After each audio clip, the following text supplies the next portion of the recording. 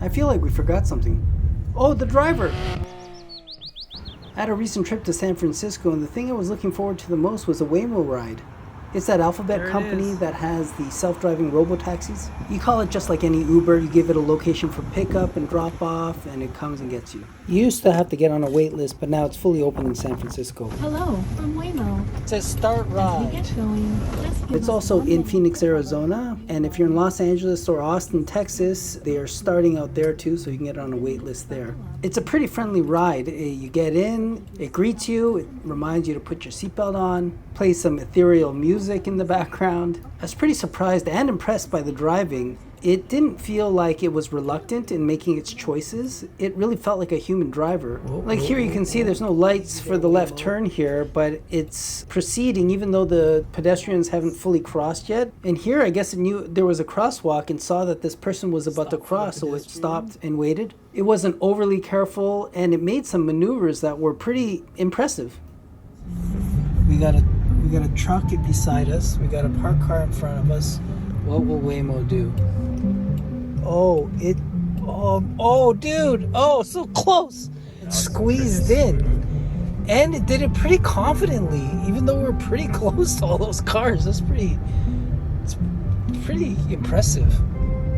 The screen shows you all kinds of information, how far you are from the destination, gives you some options on playing music and the volume. You can actually pick your music beforehand or podcasts in the app. Here's an interesting situation. It's a green light, but there's a lot of traffic stuck in the intersection. Oh, we got randos crossing in front of us. And there's some people crossing in front of the Waymo. I'm sure they're taking advantage of the Waymo, knowing that it's not going to get frustrated and run them over, but it knew when to go. Oh, tight. This was the only hiccup we encountered in our ride. Nope, Waymo's not going to go until these guys move. Here's some 3 guys here, possibly homeless, and you can't tell, but it's a very tight space, and the Waymo decided to wait. They're moving over for us. It doesn't honk or anything, so it kind of just waits until these guys are gone. So after about 30 seconds or so, they were nice enough to move out of the way since they knew they were holding us up. But it could have been longer, who knows?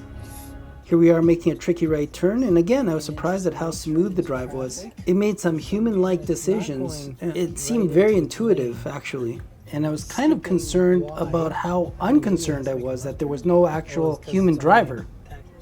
Probably uses Google Maps. Pretty interesting so far.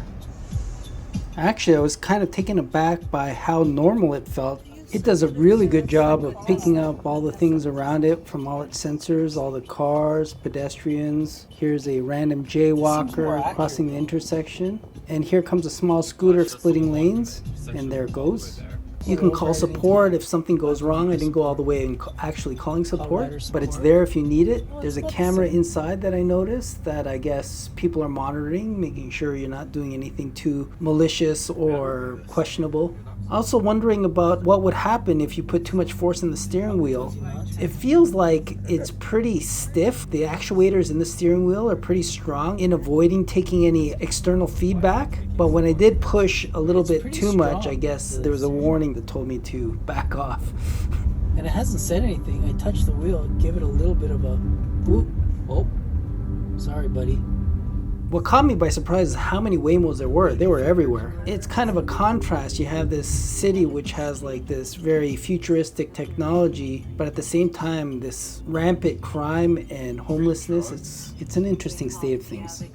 Here we're coming up to our intended stop. Waymo politely tells us how to get out of the car, thanks us for the ride. I saw a bunch of Amazon Zoox cars, their own autonomous robotaxis, but I guess they're a little bit behind Waymo because I saw them all with human drivers in them. I guess they're testing them. But their future vision of what those robotaxis will look like is kind of cool. Here's an example. There was also the GM Cruise Panini cars here, but last year there was a big accident and it dragged a pedestrian like 20 feet. It was an unusual accident. The pedestrian survived, but still that put a big wrinkle, and rightly so, in GM's plans, so they've kind of backed off a bit, probably waiting for the heat to dissipate from that story. You're here. Please make sure it's clear before exiting. Look at all these cool sensors. This is a pretty cool piece of kit. I was very impressed overall. The car themselves are pretty nice. Jaguar I-Pace, full moonroof, leather seats, very comfortable. In the app it asks us to rate the ride. It was a great ride. And if you're in the area, I'd recommend getting one. Thank you, Waymo. Bye.